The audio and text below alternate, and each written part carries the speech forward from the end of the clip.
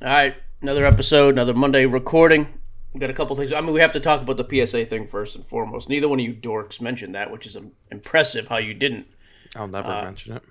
Yeah, so we got to talk about the PSA. Definitely want to talk about that. Potential scandal. We got some MLB voting. And then, of course, Joe wants to talk about a Lions player that nobody cares about. So I've actually been Perfect. media trained by Nick, a Boston card hunter, so I won't be talking about the PSA scandal. So, Oh, really? Okay. yeah. And I'll be honest, absolutely want to talk about that. I feel very strongly. Let's hear it. Yeah. So I mean, let me give a breakdown. Just Yeah. let me set the stage. Let me share the screen real quick. I went and found the original poster. I wanted to. His name is Preston. Kid on Twitter posted this stuff up a couple days ago. So here's what he said. Well, originally too, he makes a post showing just basically saying how irritated he was. Sent 30 cards in. He was expecting at least 10 to 12 gems. None of them. Everything came back in 8 or 9. No 10s. He then starts to get some offers from the PSA vault, which we'll talk about who the offers come from, because it's amazing to me. Nobody mentions this, but that's fine. It says, okay, absolutely wild turn of events. Apparently some of these literally graded a 10, but PSA falsely told me they were 9s. Also not what happened, but he corrects that later. Some of these slabs were originally marked as a 9. I sold back to PSA. You didn't. You sold to a buyer. PSA doesn't buy cards. At their PSA 9 buyback value, but if you look at the cert now, it says PSA 10. They bought PSA 10s from me for less than a PSA 9 value because they showed me the wrong grades, or did they change them after the fact? So that is what came out originally, and then I thought it was actually liked how a lot of social media guys handled it. I mean, the original people just came out and flipped out like always, and everything's a scam. I thought a couple guys did a nice job. They said, hey, if this has happened to you, come out. Like, we want to hear about it. I've yet to hear another one of these come out, and so Jesse actually had the forethought to just go ahead and text Ryan Hoge, the president of PSA, directly, and he got back with us. Let me just read this first, and I'll get you guys' opinions. He said it's 100% an overreaction. The customer, this was us seeing a customer complaining about the grades.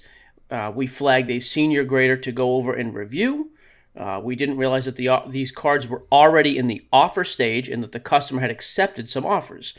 We obviously reversed all the sales to our partner network and are shipping the cards back to the submitter. We're shoring this up. I'm trying to summarize some of this. We're shoring up this hole in our process where grades cannot be adjusted post-grade reveal. It is normal for multiple graders to look at cards before grades are finalized. This was a sequencing thing that caused the ruckus. I'd probably recommend avoiding I guess that part. However, it says the reality is, and this part I actually like, the reality is we need to be 100% consistent with our grades the first time, but they are humans and opinions can vary. That's why we oftentimes have 2 graders look at every card before the grade is finalized. Key thing on offer programs, we are not the buyers. We are just facilitating between our buyer network and the individual seller. So in a nutshell, what he said is, hey, this guy complained about his grades. He's done enough business where they looked into it. They said, you know what? Some of these grades are actually higher. In the meantime of them changing the grades, the guy had accepted some offers. And so it looked as though, hey, we bought him back. So my biggest thing, and I'll get out of the way for you two. Number one, PSA is not buying the cards. And yes, PSA is a huge sponsor too. I like to say that because they'll have the same stupid people say we're covering for a sponsor. It stinks that they didn't get the grades right in the first place. I mean, that's 1,000% the case. I wish they did. Everybody wishes they did. It absolutely sucks that these are subject to human eyes, and that's how grading is right now. But that is the state of grading. Like, there's going to be some difference. However, that stinks. That doesn't do me any good if I get a 9 when the card should have got a 10. They correctly give some of the grades 10s after the fact. This guy had already accepted an offer. Again, not from PSA. This is not an example of PSA buying a card for a 9, regrading it a 10 so they can mark it up and sell it later. They're not the ones buying it. They're not the ones selling it. But the process still stinks in this regard. But this thought of like it being a major scandal to me is getting way blown out of proportion. And the fact that we haven't heard anything from anybody else, even though everybody's yelling from the mountaintops, which you should. If you're the industry leader, when something like this happens, I don't care if it's a one-off, it's going to get shouted from the mountaintops as it should. But I also think some clarity needs to be, hey, what are the actual facts? But anyways, that's just my biased opinion. Where are you two at on this? Well, Contents are, go ahead. I was glad to hear Ryan's quote. He definitely touched on some of the points that I was concerned about. To me, the biggest thing is you can never reveal a grade that's not final. If there's a process where it's going to get reviewed, and I understand in this case it was reviewed because of what happened, but if there's ever a situation, and this has happened to people, where you get a preliminary grade and then it is reviewed and it gets changed. To Ryan's point, that can't happen. Yeah, just take out the reveal process until it's final. Exactly. To me, there's no excuse for that.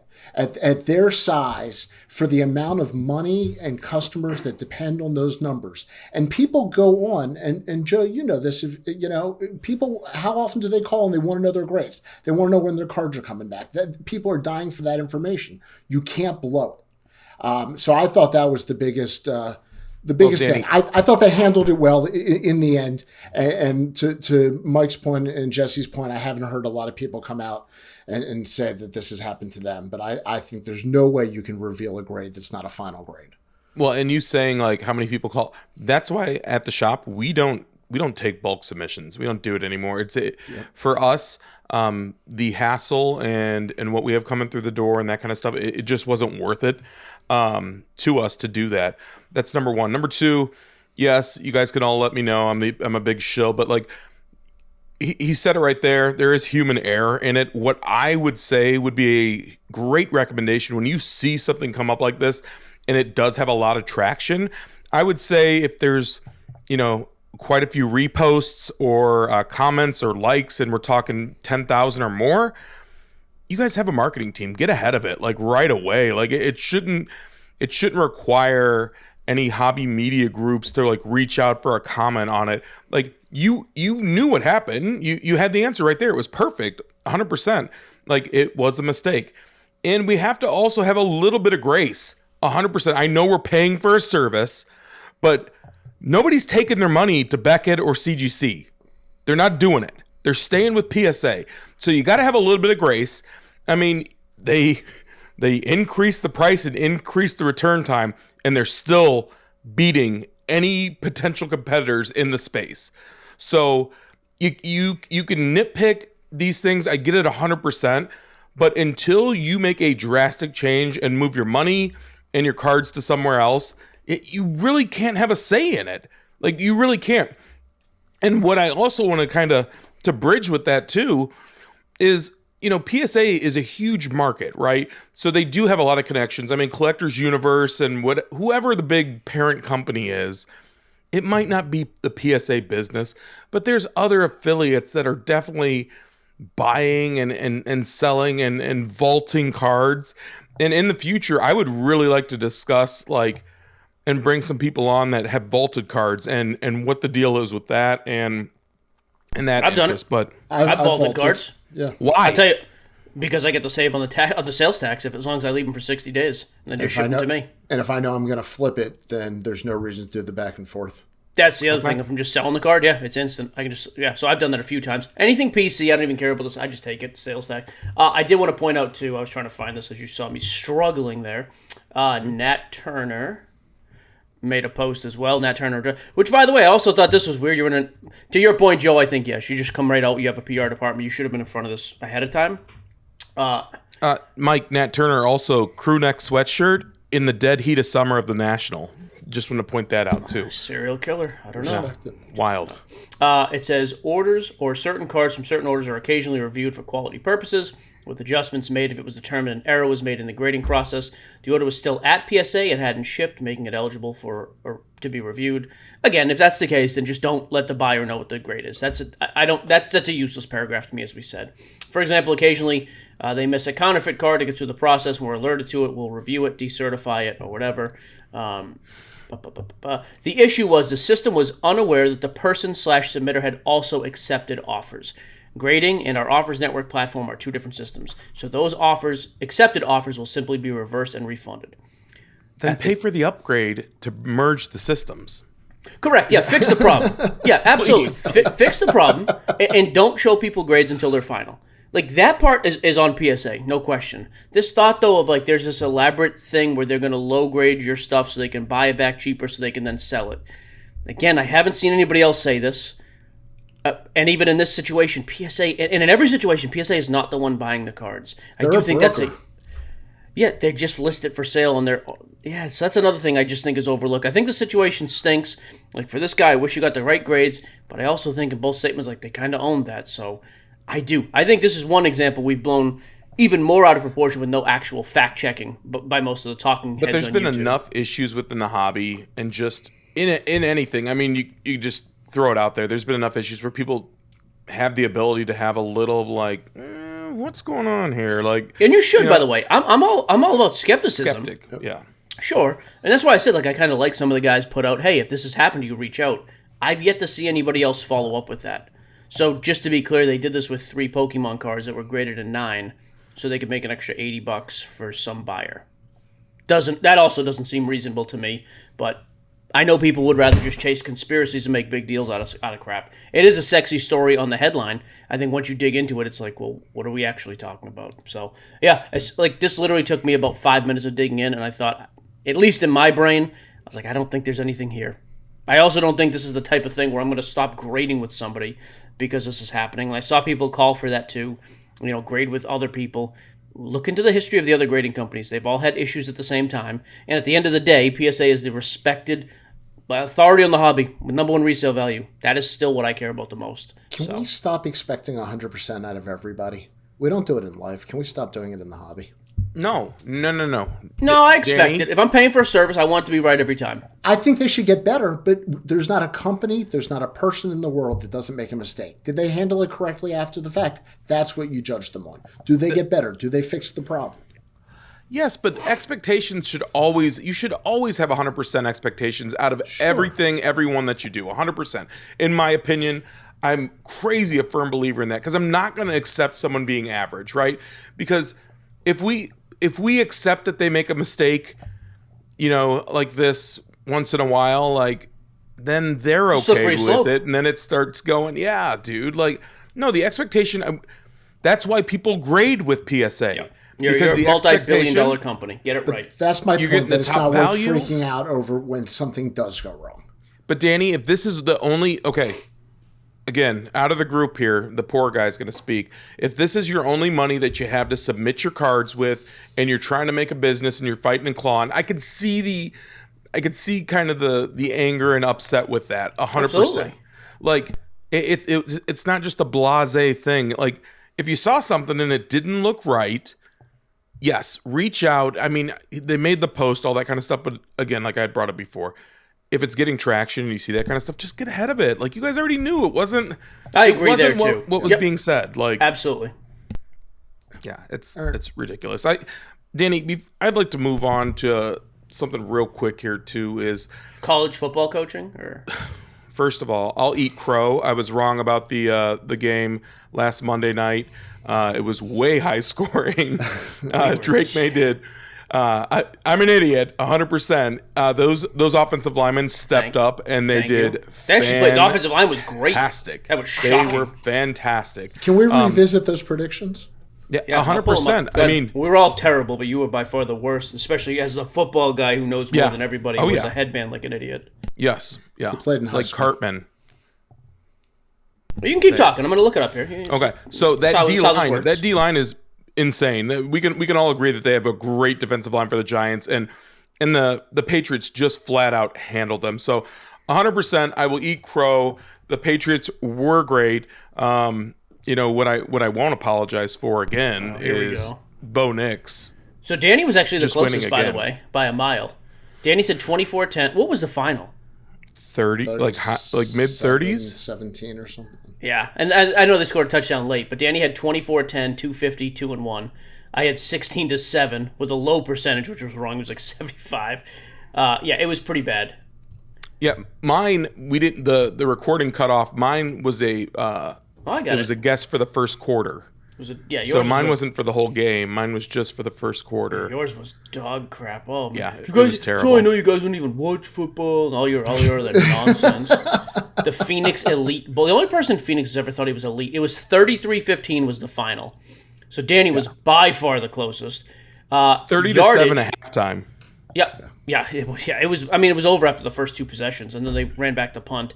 Drake Maye, 24 of 31, 282, 2 touchdowns, no picks. So what's that, a completion percentage of? Is that 75%? Yes, it is. Look at you. Cool. Yeah, I don't think any but of us were the bigger number close. On there, too, guys. 94 yards was your prediction there, Sweet Cheeks. Yeah, 100%. They only gave up 3 sacks for 6 yards. Like, you also predicted 75 rushing yards from each running back, which were not close. No. So. Nope. Okay, you also predicted 9 points, which is. Let me just check this. Hang on. Which I lost in the first quarter. 33 minus. You were off by 24 points. Yeah. You thought the Giants would score 3 points. Yep. Just check this real quick. 15 minus 3. That's a difference of 12 points. So you're off by over 30 points combined. Thank you. Okay. You're welcome. No, I appreciate it. Yeah. The football expert. Yeah. So Drake Maye still looks great, right? 100%. Not this week. What did he do this week? Well, he was on a bye, so he's undefeated again. So, looks great, but Bo Nix, 100%. Big win again. And they essentially removed the opportunity. Well, Kansas City removed it for themselves, the opportunity to even win their division championship. Yeah, Casey. So, I'll be honest with you. Casey's pretty much out of the playoffs. They're 2 games out, but they also have lost the tiebreaker to Houston. Is that the end of their dynasty? I mean, you could miss it 1 year and come back. Sure. Yeah. Also, I'm not positive. He has 3 rings, correct? He's been 5 times, 3 rings. Mm-hmm. I mean, if it is, that's still one of the most impressive dynasties in the NFL. Absolutely. But is it the end? I don't know. I mean, there's times they still look like the best team in the world. Like there's times. Kelsey's done, right? Kelsey's done at the end. Kelsey looks done. I will say that. Kelsey looks like trash.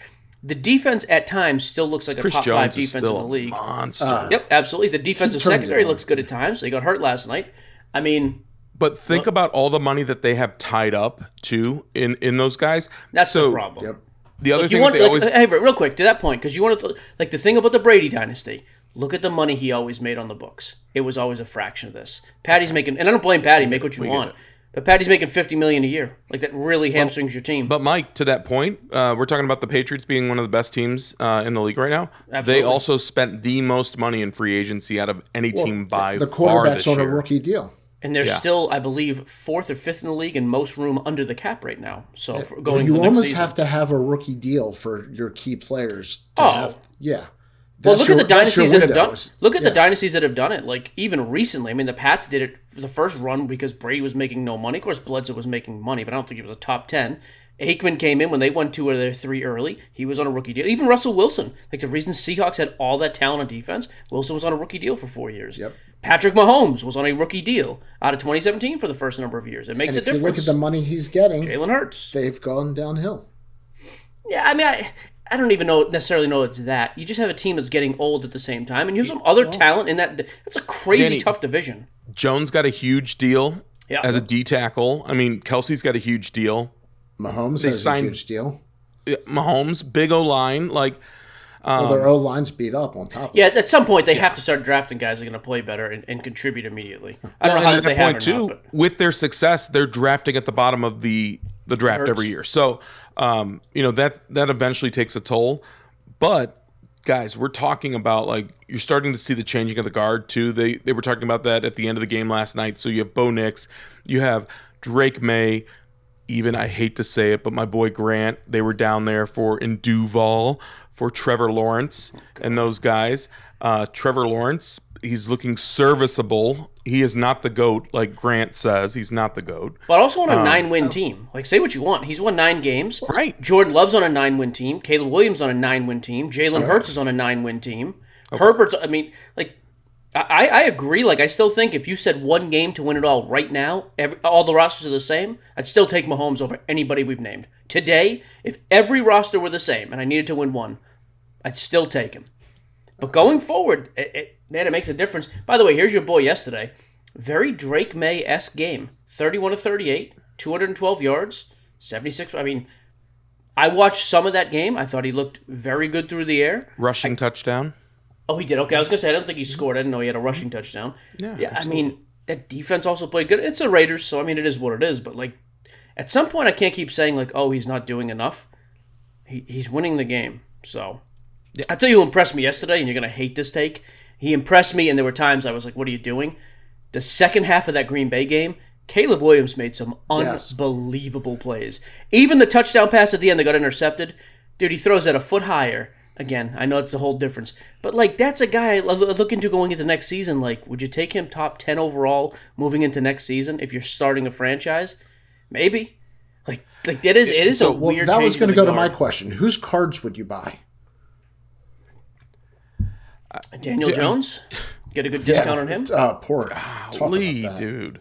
They were 7-1, 8-1. They're now 8-5, and they're not even going to make the playoffs. And that stinks for him because gosh, dude, for him to have that and he's done, by the way. Achilles. And that's it. It's this late in the year. That's a full rupture. He's not playing next season. I think he already had I think the his career is from. There's no that way. You also saw. Did you see the Zach Ertz injury? I did not. Oh, don't do that. That you'll get a weak stomach. It's rough, but like complete like. Do you at all? I know you're young, Mike. Do you remember when Willis McGahee? You're welcome. Tore his ACL in college. Yes. And the hit from Ohio State at the Fiesta Bowl. Ohio State plug. Miami. We did lose in the Big Ten. Ohio State. Yes. Yeah. Like that's what it looked like for Zach Ertz. Like, which that game blew my mind. Right, the Vikings. There's no way I would have thought after they got stomped by Seattle, which makes Seattle look even crazier. But then Jaden Daniels comes back, re-hurts the elbow again. Man. Like that's got the RG3 vibe. All right, so real quick to Danny's point, who are you buying? So just a quick yes or no. I don't want to delay this segment. I'm only going to go with playoff relevant teams. Anybody on the Broncos you're buying right now?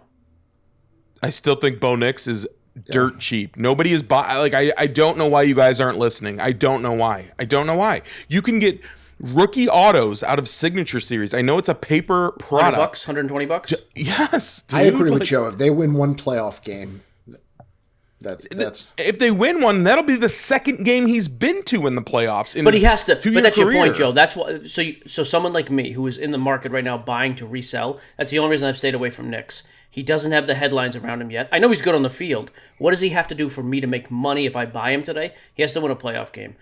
I'll be honest, dude. Look at the lineup in the freaking AFC. I'm not saying they can't win one or even two. That's a crazy stacked conference right now. If the Texans go in as the 7th seed, talk about the greatest 7th seed. They have the number 1 defense in football and a healthy CJ Stroud now.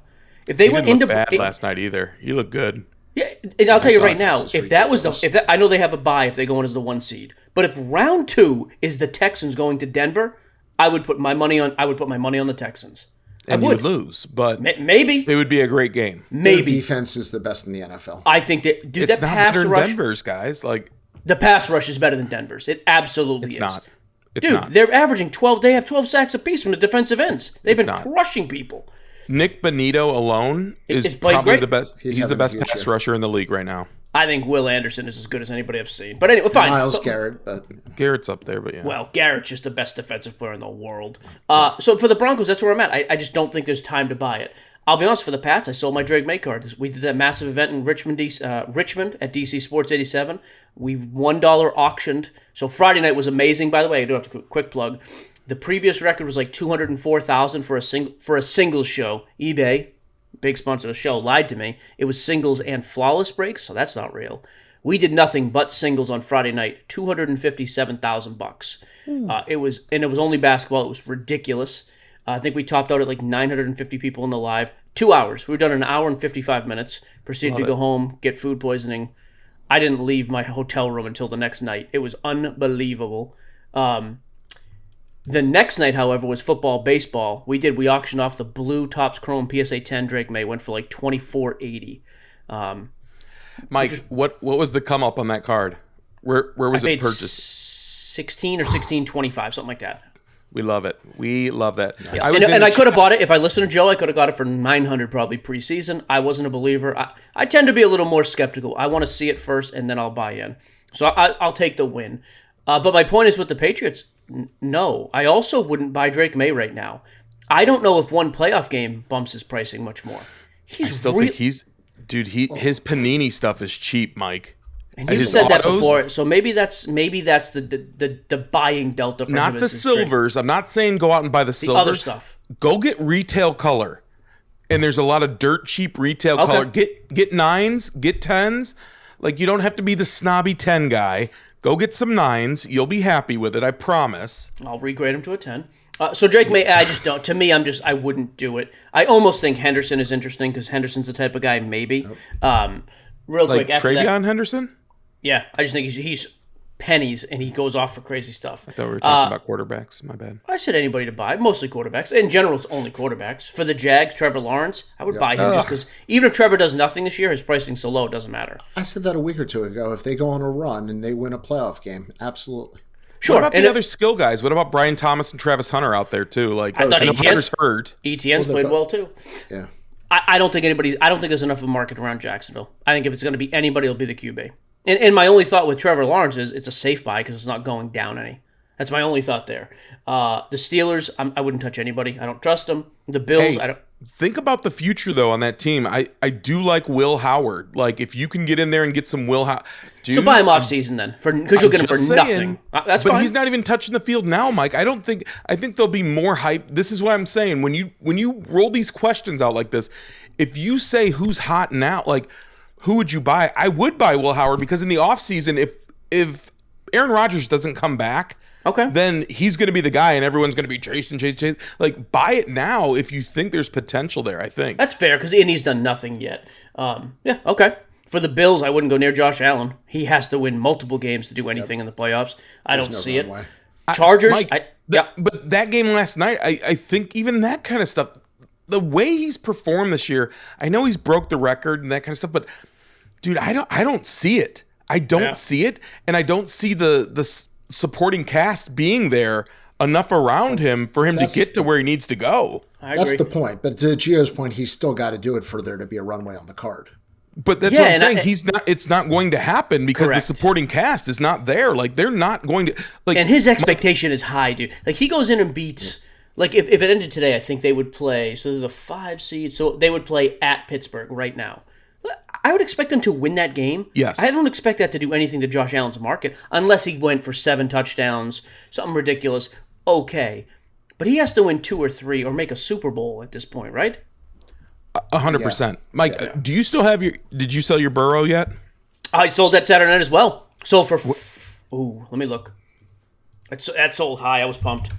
Oh, so you made money on that deal? I did not.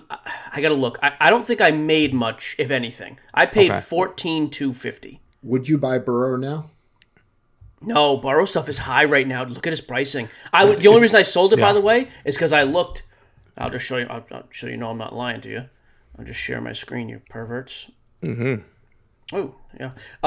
The only reason we decided to sell it, this is it right here. We started this at $1. It sold for $14,500. By the way, that fee, pretty ridiculously low. So, under 5%. I think it was actually like 3%. Oh, I was a little high. I said $24.05. It was $24.50. It sold for $24.05. So you were kind of break even on your Burrow, right? So I probably lost. I think I paid $14,200 or $14,300. So I probably lost $100-$200. Okay. But I was up on everything else I sold that night, so I was fine. Which, dude, when you bought that, like even taking that little hit, like that's a win for sure. But after his performance yesterday, he's another dude. He's that guy. They have the pieces on offense, but like, dude, for him to get that win, it just he's got to stay healthy. That's the point of him. Still scares him long term. The number one ability is availability. Yes. I'll tell you who I would actually buy right now, though. If you give me one name to buy in the AFC today based on current pricing, it's CJ Stroud.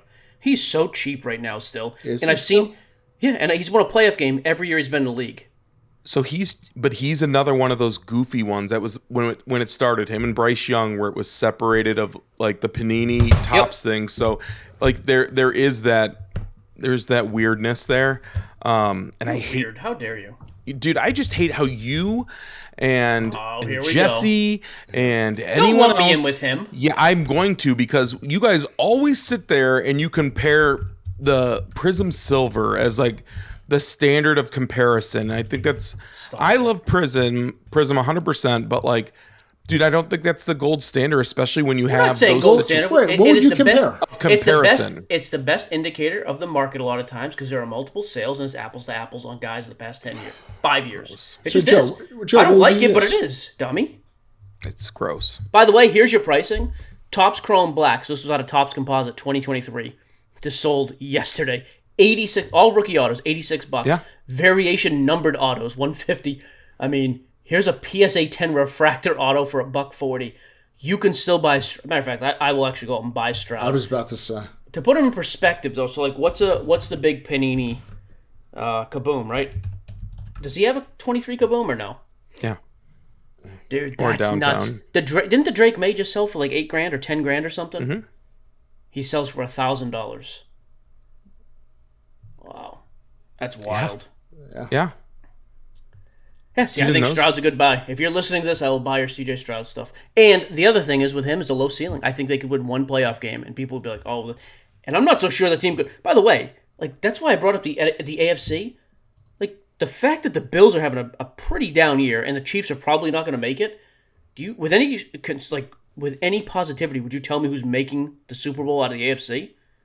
No shot. Not even the NFC. I'm going to be honest. With the Rams losing and Philadelphia looking shaky, who are you 100% sure?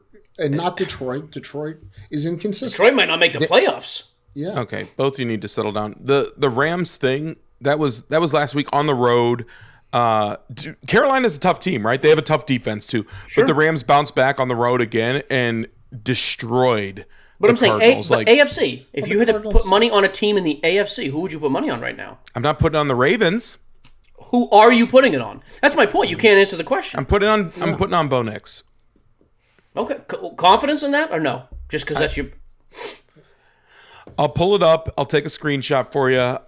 I'll place the $5 bet today. Okay. That's my confidence. I believe you. I just mean I don't think anybody's saying with any surety who's coming out of the AFC. I think it's totally wide open.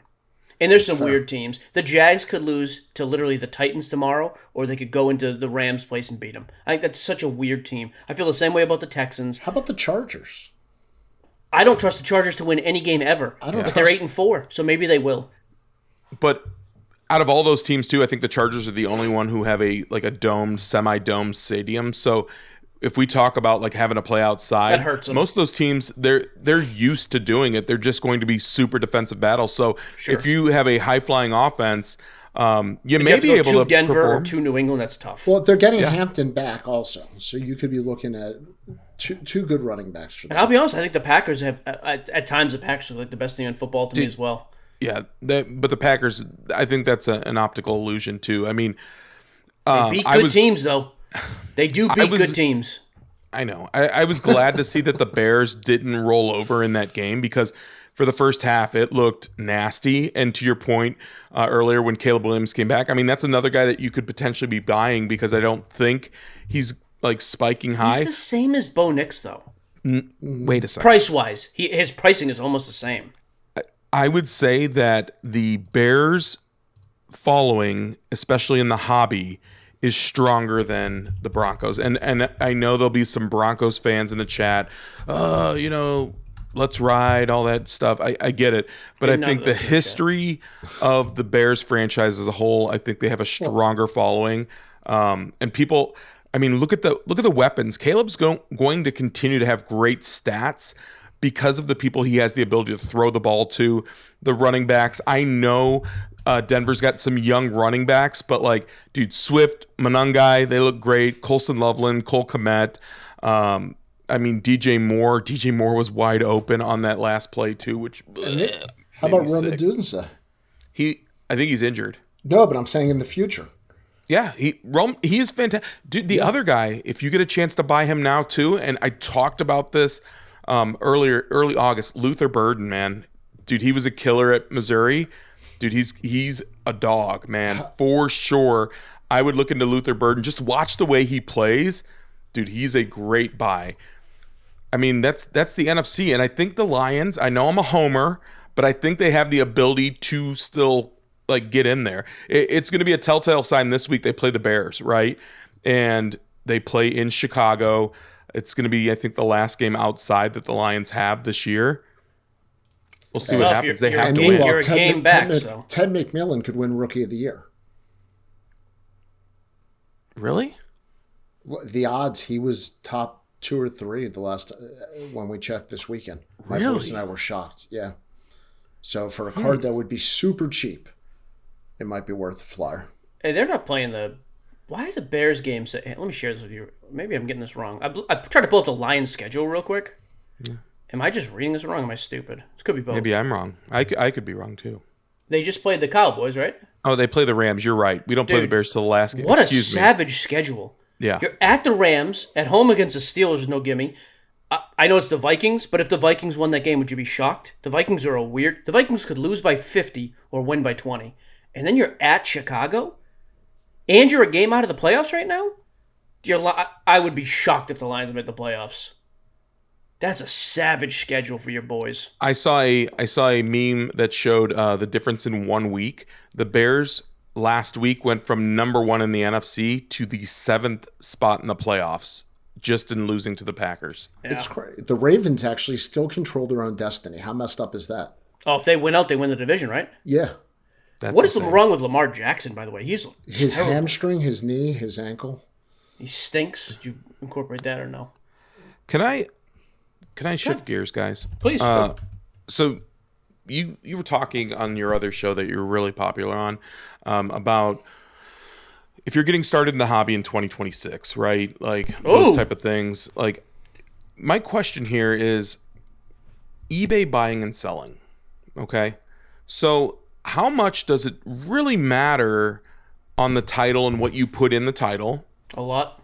Compared to the pictures you take. The title's more important than the picture, honestly. Without a good title, people will not find it. And like to put in perspective, DC went ahead, like Tori from DC went ahead and listed every item out individually for that eBay live show, which is great for 2 reasons. One, searchability. I think we had, I don't know where, but I thought it was like 12,000 watchers total for all the stuff over a week leading up to it. They're all notified when you go live. I mean, that's for live, but I just mean that many people see it. The other thing is, by doing that, it then makes the cards like they're recorded comps. But to your point, yeah, I think it's hugely. I think a title is the most important thing. Without that, they're not even going to get to the If I'm buying graded, I can look up the picture elsewhere. If I'm buying raw, I want to see it. Okay, sure, but if it has the wrong title, you're not even going to find it in the first place. Fair enough. It's both, though. You need both. Okay, let's just say you're brand new, right? Like we were talking about, you're getting started in the hobby. Yep. And you're trying to do a listing, and you see the card, you put the stuff in there, and it gives you 5 different options for the same card of how you can list that card, right? Like, how does someone who is new do this and know that they're choosing the right one? Because I'm telling you right now, you will get the comments and messages. Well, and I got it first. So I had the Ken Griffey Jr. Pinnacle Bubblegum, right? So I put it in there. They all look the same to me. Oh. And this is a guy who works in the industry, variation right? To that card, though. So I pressed the button. Yeah. That's exactly what happened to me, Mike. So I pressed the button, and the guy's like, I get a message 5 minutes after it was posted. Hey, is this really a museum collection? Because you have it really, really low price if it's a museum collection. And I was like, I don't know what you're talking about. And he's like, flip it over. I said, I didn't even know there was any variation to it. And luckily, the person was an absolute sweetheart. And was it the museum?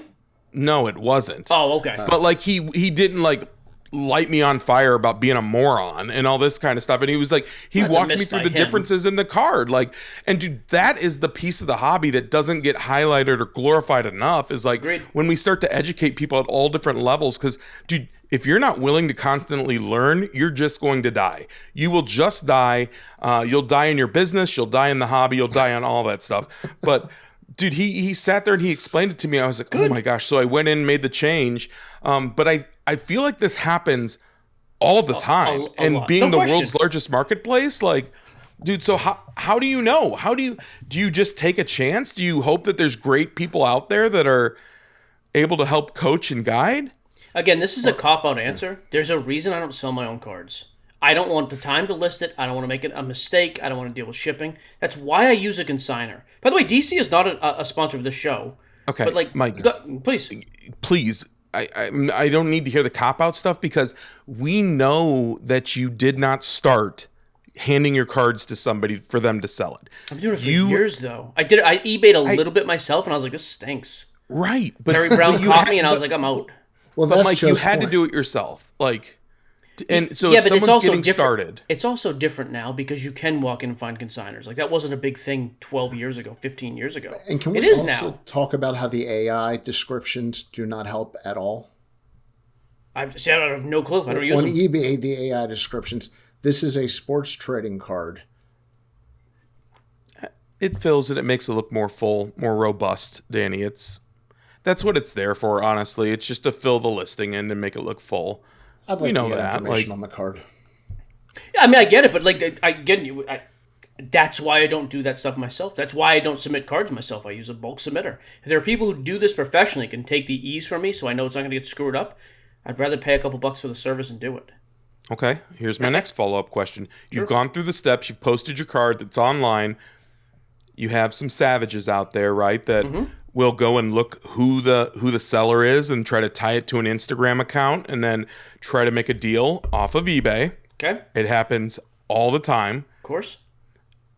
Like, as a seller, do you entertain that? Like, there's no protection at that point, right? You're removing the protection. Danny, you made the face. But if you're new to the hobby and you see, oh, look at this guy. I just threw it up on there and, or I'm going to buy it and I'm making that move. I don't think it's strong for someone to buy it off of eBay to save a couple percentage points. I think that's terrible. And then this leads into my beef of the week. Hang on a second. You're asking questions. No, this is a Jesse question. It's a 9-minute question. You didn't even ask anything. You're welcome. Oh, so the beef of the week here is if you're going to sit and cry and complain about us buying at a percentage. So at the ball card show, guys, myself saying 50%, but then you go on to somebody's Instagram and say, I saw your post on eBay. You have it at $125. Well, if I'm removing the fees for you, which are like 13 to 15%, would you do 70 or 80? Like, you're the same guy. That little news flash for you. You're the same guy. And no, I'm not going to do it because you're not just saving me 15%. I'm saving you almost 10% in sales tax, bub. What if I live in New Hampshire? No sales tax. Right. Well, dude, and okay, that was my beef for the week. But to take you back, Mike, about people doing the off eBay deals. If you're brand new, you doing it? No, and here's why. I'll go right from Tim McGraw, 1883. John Dutton. You've heard of the series.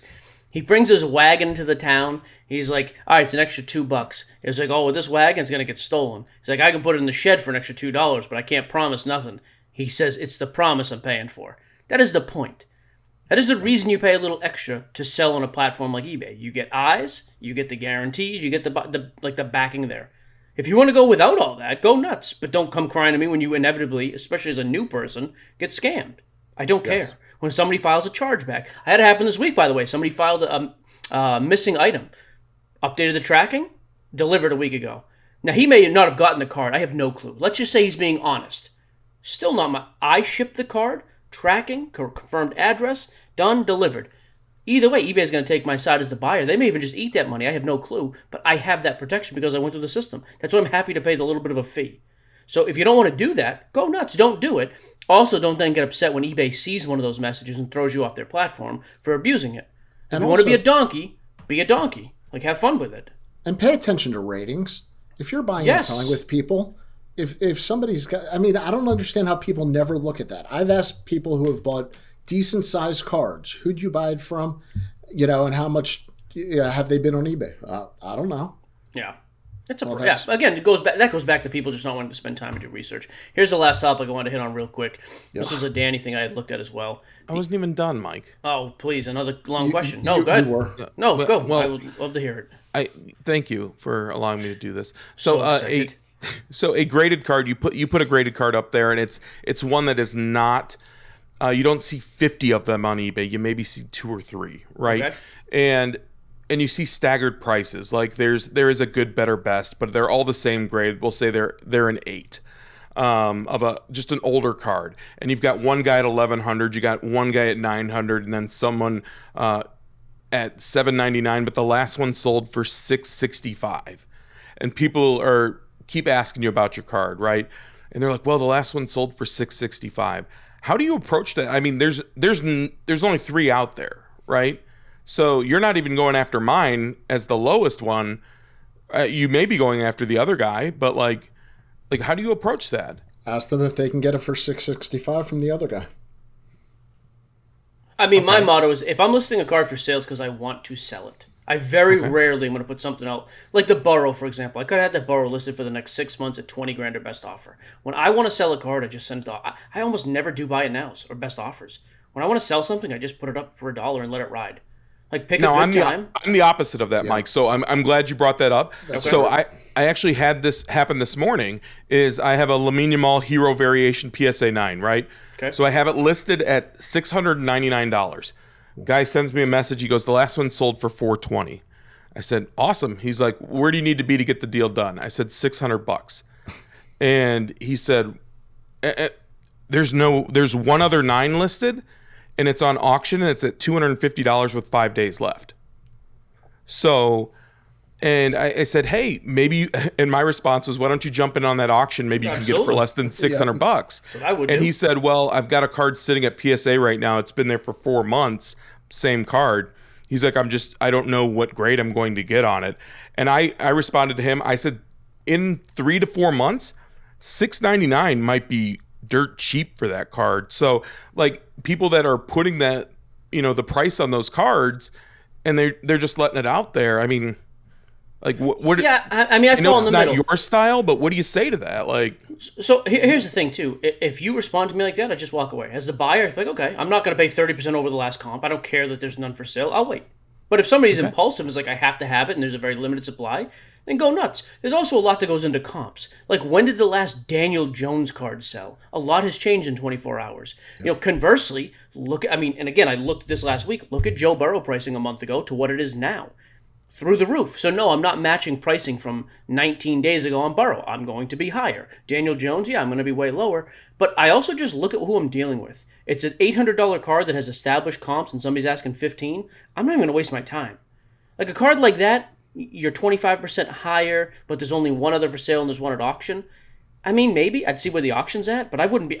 Honestly, I just and it's not a common card too, so that's the other thing that plays into it. Yep, one at auction and one other for sale, so very limited supply. But to your point, like with the Daniel Jones thing, Mike, if you are if you're looking back, like what is the window that you're allowing comps to be pulled from on a card that you can see more frequently in the market? Relevancy. I don't care if it's a year or less. A year, it could be a week on some guys, could be 10 years. What have they done? Like Trout's market has been pretty consistent the last year. He's done nothing. He's been down. And to the point we've made a million times, it's popularity. It's what's going on in the news. I bought Lamine Yamal before he did the 60 Minutes interview. Well, guess what? After that, all his stuff went up. World Cup's so what's happened? It's more. It's not with me. It's not about time. What has happened in the past, or what needs to happen to make it go up? It's a circle. Yeah. All right. Let's look at Baseball Hall of Fame voting because I think this is ridiculous. Well, Joe was disgusted by this topic. I hate it. I think this is the biggest trash in all of sports is the baseball writers and the voters for the Hall of Fame. I think it's absolute trash. It's better than the Football Hall of Fame. No, it's not. Football is the strictest Hall of Fame to get into. What are you talking about? No, they let in 15 guys a year. They let in 5 guys a year. Football is the absolute toughest to get into. Look at the names of football players who are not in the Hall of Fame. Okay. Do you think Don Mattingly is a Hall of Famer? Yes, I would put Don Mattingly in the Hall of Fame. Sure. 2 MVPs, correct? Yep. Well, Dale Murphy had 2. I know. But I also think Roger Clemens and Barry Bonds are Hall of Famers too. But now we're talking about a whole different argument. Nope, don't do it. Don't do it. Don't even do it. They're Hall of Famers, man. Okay, but if the committee is as a consensus saying if we think overwhelmingly they were using steroids, we're not putting them in, I can live with that. The point I have is there's already guys who have used steroids that are in the Hall of Fame. Exactly. 100%. By the way, here's Mattingly. 1 MVP, 9 Gold Gloves, 6 All-Stars, a batting title, Manager of the Year. To me, it's a no-brainer. Like, I think Mattingly is a Hall of Famer. His overall numbers, though, are very average. Like, look at his career numbers, which baseball is the most stat-driven sport. 2,100 hits, average. 220 home runs, average. Look at the peak, 84 through 87. Okay, let's look. So 84. Yep. Again, he had a great 5-year stretch. He was top 10 in MVP voting 4 years in a row, and he won one of them, and he had a bunch of gold gloves. And then it was injuries. Yeah, but it doesn't matter why. Doesn't matter why. If you don't play enough, like that's always been the knock on Mattingly. Well, but you can say Koufax, Gale Sayers. I mean, he was not Koufax. No one ever said Mattingly's the best player in baseball. Koufax was the best pitcher in baseball 5 years in a row. That's a different level of peak. Mattingly, I think, was the best player for a 4 or 5 year period. I'm not even looking at the stats. What? When was he ever the best player in baseball? 84th or 87.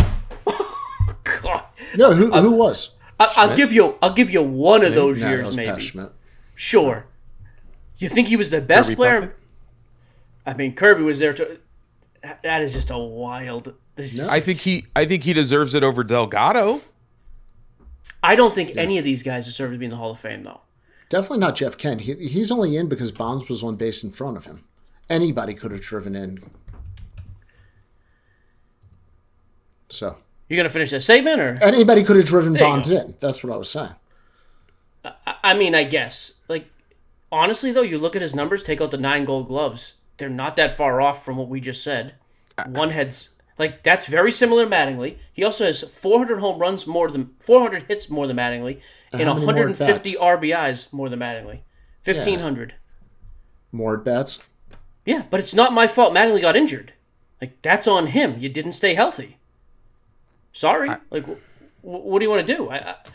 So, as a matter of fact, no, I wouldn't put any of these guys in personally, but there's a million people in that I wouldn't have allowed in the first place either. But based on today's standards, yes, I would have absolutely put Mattingly in. Well, and Danny too. They had an opportunity with this selection. They made the statement that post-mortem, like Joe Jackson and Pete Rose. Why wouldn't you try to bring one of them at this point?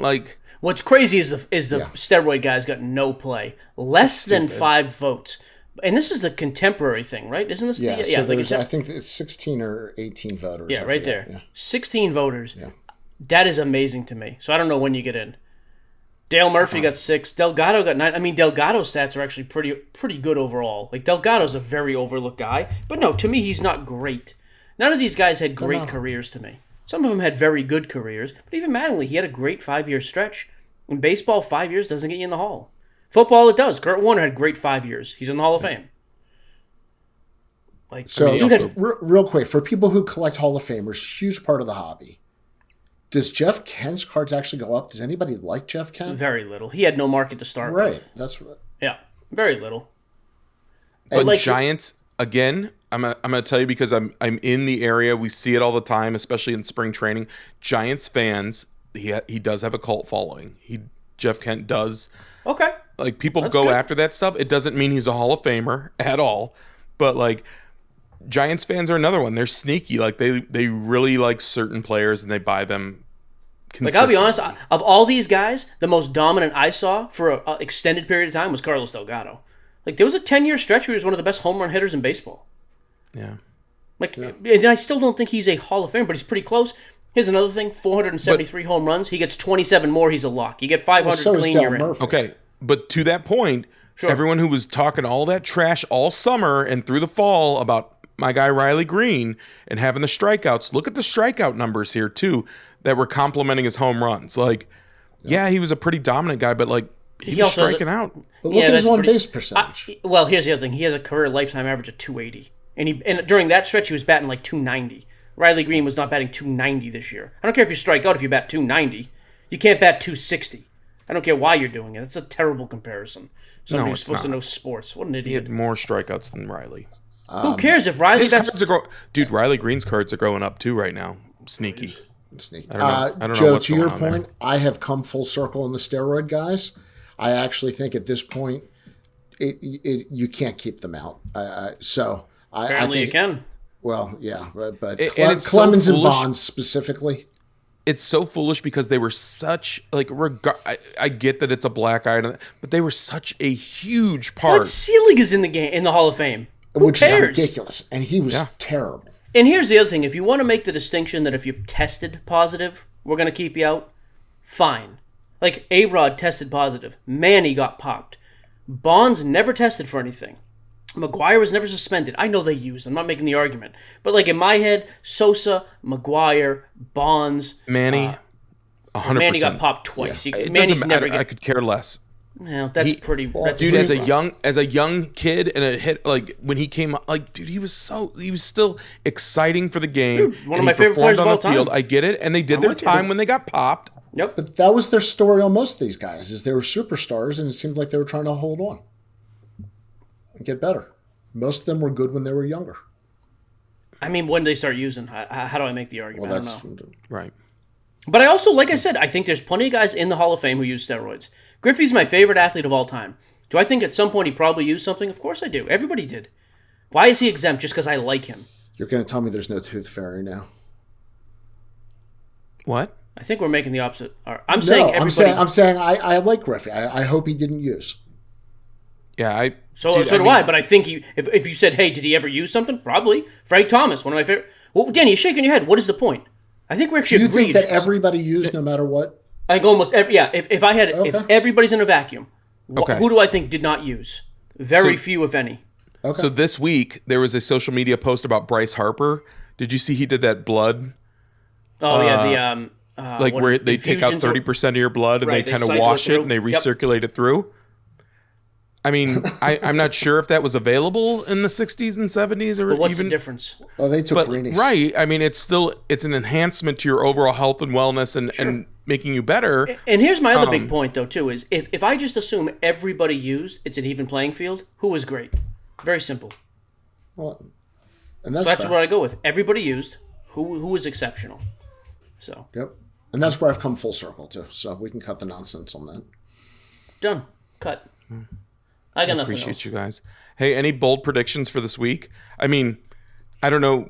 Again, I'm actually going to rewind that statement real quick, Mike, because bold predictions. I thought you were queuing me up. Boom. No. Bold predictions. Oh, gross! Don't do that. Bold predictions. Big Michigan guy. Sure. But Bleeds no, blue. what I wanted to say is we did get some good traction on the college football talk. So the biggest farce that happened this past week was obviously getting ready for the Big 12 team playoff. So Notre Dame was ranked ahead of Miami the entire time, even though they lost head-to-head. Neither of them played this week, and then they switched in the rankings. The College Football Committee said they had never examined them head-to-head up until this week, which is But they released ridiculous standings where they had them ahead of them. That's number one, which is crazy. Number two, are we starting to see the fall of the college football bowl system when we have major programs that are just foregoing? They are withdrawing their names from I actually saw bowl that. contention. Didn't Notre Dame Iowa say? State and They're Notre taking Dame the ball pulled and going out. home. Yep. Baylor, Iowa State, Kansas State. Iowa State and Kansas State, I believe the number was they both owe the Big 12 Conference $500,000 for withdrawing from bowl games. There's other major programs, but like Baylor's coach came out and said, we're already too far along in the off-season process to go back and reassess, practicing for a bowl game. What's their incentive to play in a bowl game, by the way? Money. It's exposure for maybe a non-superstar that can get on the radar somewhere. But why they're not doing it, this is the other thing. They're not playing in the bowl games because the bowl games that are played prior to January 2nd, it gives you an audition for another coach to go out there and offer you transfer window money. So they don't want them to go audition. Yep. So now the coaches, instead of preparing for their next week, they have some time to go and look and watch games. And so if they see some guy go off and run for 300 yards or a receiver or D lineman, O lineman, they're going to lose their team. That's why they're not putting them out there. And that's also why they took away. Remember there was a little window of time where they were showing spring games on ESPN? I don't remember this. You don't watch sports. I'm embarrassed to admit it, so. So they would show the spring games. Drake made 94 yards was his prediction from the Sports Watcher. Yes.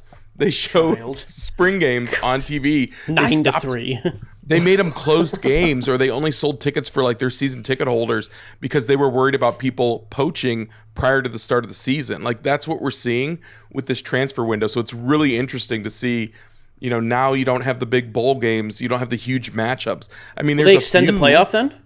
Make it 8 teams? That's what they're talking about. They need to. I mean, you had Tulane and James Madison get in. Oh, it's 12 now? Yeah. Yeah. Oh, I don't watch that. And as of next year, if Notre Dame finishes in the top 12, they're guaranteed a spot. They made that change? It was already a contract that was before this year. So had this happen next year in this scenario, yes, exactly. It's all about that money, baby. And hey, isn't the kid for Indy? Wasn't he a Notre Dame guy? Who's the quarterback? Fernando Mendoza? No. Riley something. Oh, Riley Leonard. Yes, he was a a transfer from Duke. He played 1 year for Notre Dame, but yes. Was it last year? Is he a rookie this year? Yes. Is he worth buying? Maybe. Okay. I mean, if you're buying into a guy who's going to turn around and hand the ball off to Jonathan Taylor, because they're really going to have to do that. Like, sure. I know. That's a weird one, though. I mean, probably buy him for nothing, right? Shout out to Anthony Richardson. Absolutely. Yeah. Stop. Oh, yeah. Is Richardson still on the team? Is he still in the league? He's still on the roster, isn't he? Pull it up. Is he just Pull it up. He's still on the team. He's just been hurt because he gets hurt like every 5 seconds. But yeah, not I think physical. That's more of an ego, right, Rebecca? I think he could come back this week, though. Like, I don't think whatever the injury is major. Oh, like, so Riley's probably not even playing. Yeah. Dang. I'll give one last little shout out here. Shador Sanders in my backyard. I think it was in Tennessee, wasn't it? Maybe it was in Cleveland. I didn't really watch. Yeah. Oh, Joe, what's he reaching for? Sanders looked pretty. That is the worst coaching staff in football, by the way. Yes. You go for a 2-point conversion at the end of the game. He's not on the field. After he just made a crazy pass, and they obviously just don't like him. I mean, it couldn't be more obvious. It's like, or are you just trying to tank for the pick? I don't get it. What pick? You just went out and got 2 quarterbacks. Yeah, I don't know. He looked amazing through the air, though. Like, he had 370 yards passing. Looked pretty good. I actually watched that game. Joe didn't. I know, but they played Tennessee, so. Okay. And Bo Nix played the Raiders. So what are we doing? We just sat here and praised him. And is Cam Ward anything? Yeah, what's the difference? Beating the Raiders defense or the Titans defense? Okay. Division games. All division games will be, they're a lot different. Danny, please back me up on this. Division games are Raiders different. Games, when they have won a game all season, are not different than playing anybody else at the end of the year. Please. It depends on the division in the AFC North. What a child. Oh, God. It's such a laughable. I just, the smugness around, and it's great because no matter what, it's like, well, I watch more football than you do. I don't think you do. I think it's a farce anyways. The curtain, ladies and gentlemen, when we talk about smugness, you're also seeing a guy on here with the Red Sox hat who he cannot be bothered to sit out with the common folk at an airport. He is in a private club eating only the finest foods. Excuse me, Sapphire Lounge, not a club. Sorry, excuse me. Yeah, I did lowball it for a minute. I went with the club folk for a few minutes, so I realized I'd get in the Sapphire Lounge, and I was out of there.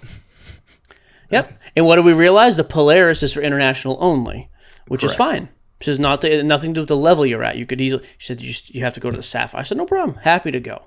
Had some of the best brisket mac and cheese I've ever had in my life. Really? And it looked like some quinoa. You had it twice, I thought. Well, it came back up pretty rough. I'll give you that. Now the quinoa was delicious. Free drinks.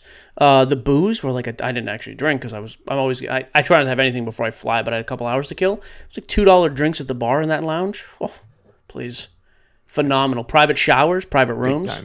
Big time. Dude, I may just go hang out at the airport this afternoon. I was about to say, you showering at the airport? I didn't, but you can. Dude, you get your own private. That Sapphire Lounge is like a private apartment for you. That's crazy. So here's the thing. It's tough to try to explain it to you two, so it's just tough, you know? Joe, I read an article.